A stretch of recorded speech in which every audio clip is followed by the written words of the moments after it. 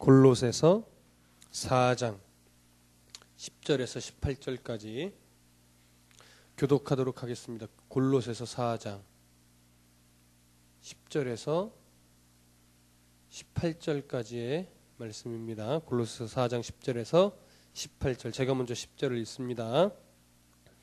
나와 함께 갇힌 아리스타고와 바나바의 생질 마가와 이 마가에 대하여 너희가 명을 받았음에 그가 이르거든 영접하라.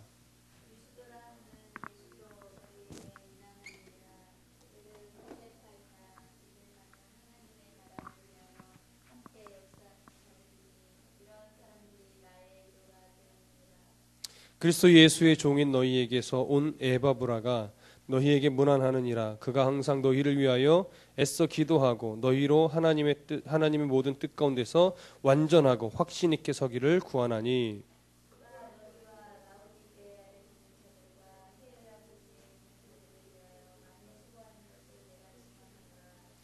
사랑을 받는 의사 누가와 또 데마가 너희에게 문안하느니라.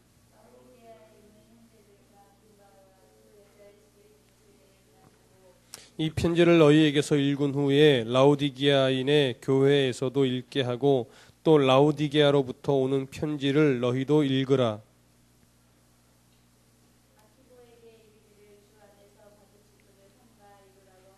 함께 읽습니다. 나 바울은 친필로 문안하노니 내가 매인 것을 생각하라. 은혜가 너희에게 있을지어다. 아멘. 네, 오늘은 골로새서 강의 25번째이고요. 마지막 시간입니다. 골로새서가 이제 오늘로서 끝이 납니다. 이제 바울은 두기고와 오네시모와는 달리, 두기고와 오네시모는 누구였죠? 바울의 서신을 들고 이 골로새 교회로 직접 방문하는 사람이었습니다. 근데 이렇게 두기고와 오네시모와는 달리 골로새 교회로 보내지는 않았지만 골로새 교인들에게 이제 문안하는 동역자들을 서신서 안에서 소개하면서 바울은 오늘 서신을 마무리하고 있습니다. 10절에 보니까 나와 함께 갇힌 아리스타고와 하면서 아리스타고를 소개합니다. 바울은 지금 감옥에 아리스타고라는 인물과 함께 있습니다. 그럼 이 아리스타고라는 인물이 누구냐? 사도행전 19장 29절에 보니까 이렇게 적혀 있습니다. 온 시내가 요란하여 바울과 같이 다니는 마게도냐 사람 가이오와 아리스타고를 붙들어 일제히 연극장으로 달려들어가는지라, 이렇게 기록되어 있는데요.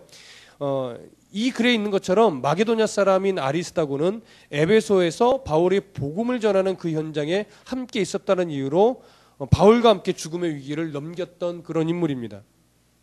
그리고 사도행전 27장 1절과 2절에 보니까 우리가 배를 타고 이달리아에 가기로 작정됨에 바울과 다른 죄수 몇 사람을 아구스도 대의 백부장 율리오란 사람에게 맡기니 아시아 해변 각처로 가려 하는 아드라무테노 배에 우리가 올라 행할세 마게도냐의 데살로니가 사람 아리스타고도 함께 하느니라, 이렇게 기록되어 있습니다. 이처럼 바울이 로마로 지금 압송되어 가는 이 배 안에서도 누구는 있어요? 아리스타고가 함께 있었다라는 얘기예요. 그러니까 사실은 이 성경은 아리스타고에 대해서 이렇게 많은 것을 보여주지 않습니다. 그저 이 두 구절 정도 나오는데 바울의 고난의 현장에는 늘 같이 있었던 아리스타고에 대해서는만 지금 표현되어 있는 겁니다. 그러니까 아리스타고가 어떤 인물인 걸 우리가 어느 정도 짐작해요. 어렵고 힘들다고 회피하고 도망가고 바울과 함께하지 않은 것이 아니라 바울이 힘든 상황, 고난받는 상황, 죽음의 위기까지도 아리스타고 늘 함께 동행했던, 함께 모든 짐을 지고 갔던 그런 인물이라는 것을 우리가 짐작할 수 있습니다. 그리고 10절 하반절에 보니까 또 누구를 소개하냐면 바나바의 생질 마가와 이렇게 말하고 있습니다. 그래서 괄호에 이 마가에 대하여 너희가 명을 받았음에 그가 이르거든 영접하라, 이렇게 되는데 이 괄호 안에 이 글은요, 사본만 어떤 사본에는 이 글이 없고 어떤 사본에 있다라는 거예요. 그래서 괄호를 쳐놓은 겁니다. 근데 그럼에도 불구하고 써놓은 것은 그래도 문맥상 이렇게 괄호 안의 내용을 첨가해도 큰 문제가 안 된다라는 의미입니다. 그렇게 이해하시면 되고요. 지금 마가에 대해서 이제 바울이 또 소개를 하는데, 마가는 바나바의 생질이라고 말합니다. 말하자면 바나바의 조카가 이제 마가인데요. 사도행전 13장 13절에 보면 이 마가에 대해서 뭐라고 설명하냐면 이렇게 설명합니다. 바울과 및 동행하는 사람들이 바보에서 배 타고 밤빌리아에 있는 버가에 이르니 요한은 그들에게서 떠나 예루살렘으로 돌아가고 이렇게 기록했는데, 여기 보니까 요한은 그들에게서 떠나 예루살렘으로 돌아가고 이렇게 말합니다. 여기 요한이 누구냐면 바로 마가를 말하는 겁니다. 그래서 요한 마가 또는 마가 요한 이렇게 불렀었습니다. 이 사람이 마가인데, 이 마가는요, 이 바울의 첫 번째 전도 여행에 바나바의 그런 생길로서 참여했다가 중간에 너무 힘들어서 난 도저히 이 여행을 함께 못하겠어 하고 집으로 돌아갔던 인물이에요. 근데 왜 이 요한이 그랬냐면, 부잣집에서 곱게 자란 인물이었기 때문에 삼촌 바나바로 인해서 이 전도 여행에 참여하게 됐던 거예요. 근데 워낙 부잣집에서 곱게 자라다 보니까 이 힘든 여행에 지치고 피곤하고 정말 힘들었던 거예요. 그러다 보니까 이 첫 번째 전도 여행에서는 이 전도 여행을 마무리하지 못하고 중간에 힘들다고 빠져버렸던 그런 인물이 바로 마가인 겁니다. 그리고 또 이제 그렇게 해서 시간이 좀 지나서 사도행전 15장 36절에서 41절의 내용이 있는데 한번 읽어 찾아보겠습니다. 앞으로 좀 가서요. 사도행전, 요한복음 다음에 있습니다. 사도행전 15장을 한번 찾아보시면 좋겠습니다. 사도행전 15장.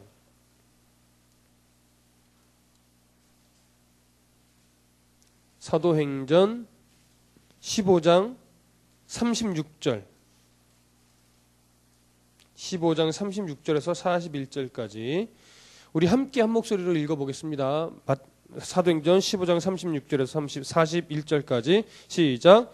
며칠 후에 바울이 바나바더러 말하되 우리가 주의 말씀을 전한 각 성으로 다시 가서 형제들이 어떠한가 방문하자 하고, 바나바는 마가라 하는 요한도 데리고 가고자 하나 바울은 밤빌리아에서 자기들을 떠나 함께 일하러 가지 아니한 자를 데리고 가는 것이 옳지 않다 하여 서로 심히 다투어 피차 갈라서니, 바나바는 마가를 데리고 배 타고 구브로로 가고 바울은 실라를 택한 후에 형제들에게 주의 은혜를 부탁함을 받고 떠나 수리아와 길리기아로 다니며 교회들을 견고하게 하니라.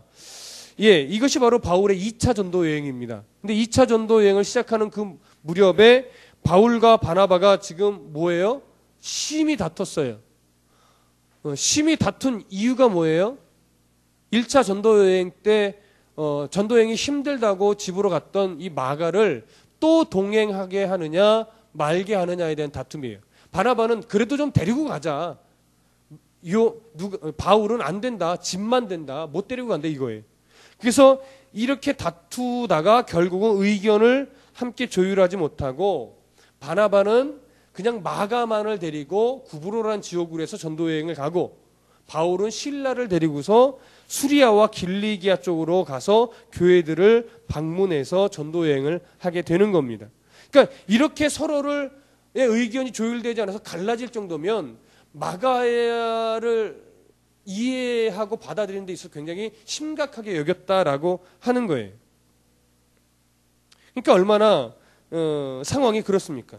근데 여러분 빌레몬서 1장 24절에 보면 읽지는 않으셔도 됩니다. 바울이 빌레몬서 1장 24절에서는 마가를 뭐라고 부르냐면 동역자라고 부릅니다.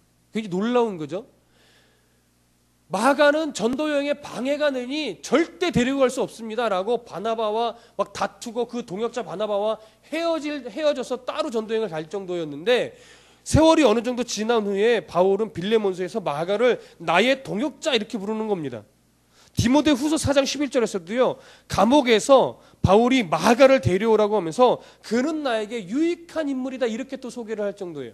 그러니까 바나바가 마가를 데리고 2차 전도 여행을 다니면서 요한 마가가 얼마나 많이 하나님 중심으로 이 사람의 그 태도와 자세가 바뀌었는지 우리는 미루어 짐작할 수 있는 겁니다. 그래서 어느 정도로 바뀌었느냐? 바울에게 동역자라는 소리를 들을 정도로 이 요한 마가의 태도와 자세의 모든 것에 대한 모습들이 바뀌었던 거예요. 그리고 더 좋게는 바울이 나에게 유익한 존재다, 나에게 유익이 되는 그런 존재다라고 부를 정도로 이 마가가 엄청나게 변했다라는 겁니다. 이것을 볼 때에요, 바울이 참 멋있는 사람이라는 것을 우리가 볼 수 있습니다. 마가에 대한 선입견을 계속해서 갖지 않았어요. 그가 변했다라는 것을 마가가 인정하지 않는 사람이라 딱 변했네라고 하면 인정하고 그를 존귀하게 여길 수 있는 그러한 리더십을 갖고 있었다라는 거예요. 자신의 선입견을 버리고 변화된 마가를 인정해주고 그를 동역자로 세워주고 나에게 유익한 사람이라고 인정해줄 수 있는 이런 아름다운 사역을 할 수 있는 바울이었습니다. 그리고 무엇보다도 이렇게 연약한 마가를 끝까지 하나님의 일꾼으로 만들어가는 아버지 하나님의 마음도 볼 수 있고, 그러한 일의 도구로 쓰임받았던 바나바 또한 참 놀라운 인물이었음을 우리가 엿볼 수 있어야 됩니다. 그런 하나님께서 오늘도 우리를 마가처럼 만져주고 계시다는 사실을 여러분 믿고 신뢰하시기 바랍니다. 그분이 우리를 정말 아름다운 사람으로, 누군가의 귀한 동역자로, 하나님 나라의 일꾼으로 우리를 만져가시고 세워 가실 것입니다. 이 믿음을 놓쳐서는 안 될 겁니다. 그리고 이제 다시 골로새서로 좀 돌아가시죠. 골로새서 4장 11절에 보니까 이런 기록이 또 있습니다. 유수도라 하는 예수도 너희에게 문안하느니라. 그들은 할레파이나 이들만은 하나님의 나라를 위하여 함께 역사하는 자들이니 이런 사람들이 나의 위로가 되었느니라. 유수도를 소개합니다. 유수도는 당시 예수라는 의미예요. 그래서 예수라는 이름이 흔한 이름인데 유대식으로 발음하면 예수고 로마식으로 발음하면 유수도라고 하는 겁니다. 똑같은 이름이에요. 그래서 유수도, 예수 똑같은 말이죠. 이 유수도라고 하는 이름은 사도행전 18장 7절에 보면 거기서 옮겨 하나님을 경외하는 디도 유수도라고 하는 사람의 집에 들어가니 그 집은 회당 옆이라라고 기록되어 있습니다. 유수도라고 하는 이름은 여기 사실 거의 한 번 나옵니다. 그리고 골로새서에 나오는 겁니다. 그런데 이 유수도에 대해서 소개하는 내용이 뭐냐면 그의 집이 회당 옆에 있었다라는 거예요. 당시 디아스포라라고 그러는데 외국으로 흩어졌던 이스라엘 유대인 공동체, 예를 우리는 오늘날 표현하면 재미 교포, 제1교포 이런 식이죠. 외국에 흩어져 살았던 이스라엘들, 그 사람들은 성인 남자 10명만 모이면 먼저 뭘 만들었냐면 늘 회당을 만들었어요.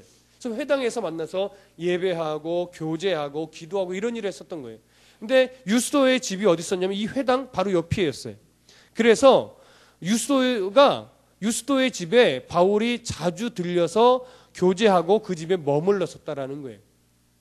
얼마나 이 바울이 힘이 되고 위로가 됐겠습니까? 유수도의 집이 이렇게 유용하게 사용되었습니다. 아무리 작아 보이는 일이라 할지라도 그것이 아무것도 아닌 것 같지만 바울은 이런 사람들이 자신에게 위로가 되었다라고 고백하는 겁니다. 유수도같이 자기 집을 내어줄 수 있는 사람, 마가처럼 처음에는 자기가 보기에 참 연약하고 도움이 안 되는 사람 같이 보이지만 하나님께 훈련되어져서 귀한 동역자로 세워지는 사람, 이런 사람들, 그리고 아리스토와 같이 고난 중에도 함께하는 동역자들, 이런 사람들이 바울은 나에게 위로가 되었다라고 이렇게 고백하는 거예요. 이방인들 안에서 선교 사역을 하면서 동족 유대인들에게 늘 미움을 받고 있던 바울에게 있어서 같은 유대 동족인 이런 세 사람이 얼마나 큰 위로가 되었겠습니까? 여러분들도 목회자에게 이런 동역자가 되어야 될 것이고 서로와 서로 간에 이런 동역자가 되어야 하는 것입니다. 서로 못 잡아먹어서 안 다니고 서로 어떻게 하면 책 잡을까 이런 사람이 되어서는 안 됩니다. 목회자와 성도가, 직분자와 직분자가, 성도와 성도가 이런 아름다운 동역자의 관계가 되기를 간절히 소원합니다. 이제 바울은 다시 문안한다라고 말과 함께 새롭게 인물을 소개하는데 그 인물이 누구냐면 12절에 에바브라입니다. 에바브라는 이 골로새 교회를 세웠던 인물이기도 하는데요. 골로새 교회와 그다음에 라오디게아 교회 그리고 히에라볼레 교회를 위하여 집중적으로 기도하며 섬겼던 인물입니다. 이런 에바브라가 늘 이 골로새 교회를 위해 그리고 히에라볼레 교회에 그리고 라오디게아 교회를 늘 기도한다고 하는데 그가 갖고 있던 기도에는 굉장히 중요한 특징이 있습니다. 늘 항상 기도하였고 힘쓰고 애써서 기도했고 하며 기도했다라는 것이에요. 그러니까 에바브라의 이런 기도를 통해서 골로새 교회와 라오디게아 교회와 히에라볼레 교회 성도들이 하나님의 모든 뜻 가운데서 완전하고 확신 있게 설 수 있었던 것 같습니다. 이런 에바브라가 있었기 때문에 그런 지역의 교회들이 세워져 갈 수 있었던 거죠. 그만큼 교회를 이끌어가는 위치에 있는 지도자에 있는 목회자 수준에 있는 사람들이 굉장히 중요한 겁니다. 그리고 교회를 위해 기도하는 자, 한 사람이라도 교회를 위해 기도하는 자의 그 음성이 이렇게 중요한 겁니다. 그래서 우리 모두가 교회를 위해서 이런 식으로 드러나지 않아도 기도할 수 있는 그런 모습들이 바로 여러분들의 기도 모습이 되기를 소원합니다. 그런 기도가 살아있는 교회는 결코 죽지 않는다는 것 명심하시기 바랍니다. 이제 바울은 다시 무난한다라는 말과 함께 의사 누가와 데마를 소개합니다. 14절을 보실까요? 다 같이 읽어보겠습니다. 시작. 사랑을 받는 의사 누가와 또 데마가 너희에게 무난하느니라. 여기 보면 처음에 소개되는 인물이 누가입니다. 이 누가는 의사였죠. 그러나 그는 바울이 전한 복음에 사로잡혀서 모든 부귀영화를 버리고 바울과 동행했던 인물입니다. 당시 의사라는 것은 굉장히 부귀영화를 지울 수 있는 그런 직업이었어요. 그럼에도 불구하고 이 누가는 그런 부귀영화를 기꺼이 바울을 통해서 접한 복음을 위해 던져버리고 바울과 함께 이 늘 전도 여행에 동참했었다라고 하는 거예요. 우리가 알다시피 바울에게는 병이 많았습니다. 그랬더니 하나님께서 바울에게 누구를 붙여주신 거예요? 의사인 누가를 붙여주신 겁니다. 그러니 바울의 전도 여행에 누가가 없었다면 바울의 전도 여행이 얼마나 힘들었을까요? 늘 대부분의 학자들이 공통적으로 밝히는 것은 가장 큰 병이 안지를 앓고 있었던 것으로 추정하는 겁니다. 어떤 사람은 간질이었을 것이다라고 말하는데 아마도 그 다메섹으로 가는 길에서 예수 그리스도를 강력한 빛으로 만났을 때 그의 눈이 잠시 멀은 적이 있습니다. 그때 아마 안질에 걸렸을 것으로 많은 학자들은 동일한 견해를 밝히고 있습니다. 그러니까 안질뿐만이 아니라 여러 가지 병이 있었는데 특별히 하나님은 바울이 그렇게 기도함에도 불구하고 내 은혜가 내게 족하다라는 그런 말씀으로 안질을 고쳐주지 않았습니다. 왜요? 안질을 통해서 늘 하나님의 은혜 없이는 내가 살아갈 수 없는 연약한 죄인이고 연약한 자입니다라는 고백을 들을 수 있었기 때문에. 여러분, 하나님이 우리의 기도 중에 끝까지 안 들어주시는 것들이 있습니다. 왜냐하면 그거 하나 정도는 남겨놔야 네가 나를 놓지 않을 것 같다라는 하나님의 사인인 것입니다. 이것이 응답인과 마찬가지죠. 그러니까 모든 것이 그리스도는 응답된다 이렇게 생각하지 마십시오.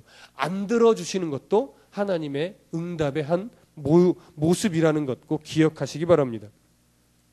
이 누가가 바울과 늘 함께함으로 어떤 서신서를 썼냐면 누가복음과 사도행전 이런 복음서를 쓰게 된 것입니다. 그래서 누가복음과 사도행전은요 보통 우리는 두 권으로 성경에 기록되어 있지만 일반적으로 학자들은 한 권으로 보고 있습니다. 그래서 누가복음과 사도행전은 연결해서 보면 기가 막히게 연결되는 걸 알 수 있어요. 그래서 누가행전이다 이렇게 한 권으로 요즘은 이것을 그렇게 보는 경향이 더 많습니다. 그러니까 누가복음과 사도행전 이렇게 한 몫으로 읽으셔도 큰 무리는 없습니다. 그래서 누가가 이 누가복음과 사도행전을 기록한 인물이라는 것 기억하시고요. 바울이 누가와 데마를 이 마지막에 기록하고 있는 이유는 아마도 골로새 교회와 특정한 연관성이 없기 때문일 것으로 보여집니다. 그래서 누가와 데마에 대해서는 뭐 어떤 누가 어떤 데마라고 이거 수식어가 붙지 않는 것입니다. 이렇게 누가에 대해서 소개를 간단하게 한 후에 바울에 대해서 또 소개하는데요. 빌레몬서 1장 24절에는 바울의 동역자로 데마가 소개되었었습니다. 근데 디모데후서 4장 10절에 보면 데마를 향해서 바울이 뭐라고 말하냐면 세상을 사랑하여서 나를 버리고 데살로니가로 간 사람이다 이렇게 기록합니다. 여기서 세상을 사랑하여라는 것은 하나님이 없는 곳으로 갔다는 것입니다. 그러니까 아마도 골로새서를 쓸 때부터 이런 조짐이 있었던 것으로 보이는데요. 그러한 바울의 사역에 동참했고 바울의 동역자라고 불리기도 했던 데마가요. 결국은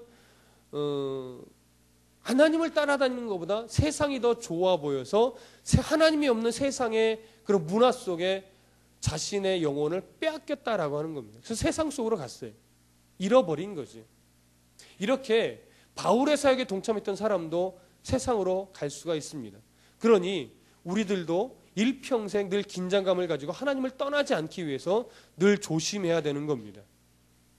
바울처럼. 그래서 말씀을 절대적으로 붙잡아야지 세상의 쾌락, 세상이 주는 만족에 시선을 잠깐 돌렸다가는 그곳에 대마처럼 빠져들어갈 수 있다라는 우리 늘 긴장감을 가져야 될 것입니다. 그리고 나서 이제 바울은요, 이게 누가와 데마를 소개한 후에 15절, 18절을 통해서 골로새서를 마무리합니다. 15절에 보니까 이렇게 되어 있습니다. 라오디게아에 있는 형제들과 눈바와 그 여자의 집에 있는 교회에게 문안하고 이 편지를 너희에게서 읽은 후에 라오디게아인의 교회에서도 읽게 하고 또 라오디게아로부터 오는 편지를 너희도 읽으라 이렇게 말합니다. 그러니까 이 서신이 골로새 교회에만 보내는 서신이 아니라는 것을 알 수 있죠. 골로새 교회 성도들이 회람하여 읽고 또 어디로 보내요? 라오디게아 교회로 보내는 겁니다. 그리고 또 라오디게아 교회에서 온 다른 편지를 회람하여 또 읽으라는 거예요. 그러니까 이 편지는 회람용 서신임을 우리가 알 수 있습니다. 여러 지역의 성도들이 같이 읽어야 되는 서신인 거예요. 동일한 문제를 안고 있었을 것으로 보여집니다. 그리고 17절에서 또 하나 중요한 권면이 하나 나오는데 아키뽀에게 이르기를 주 안에서 받은 직분을 삼가 이루라고 하라 이렇게 말합니다.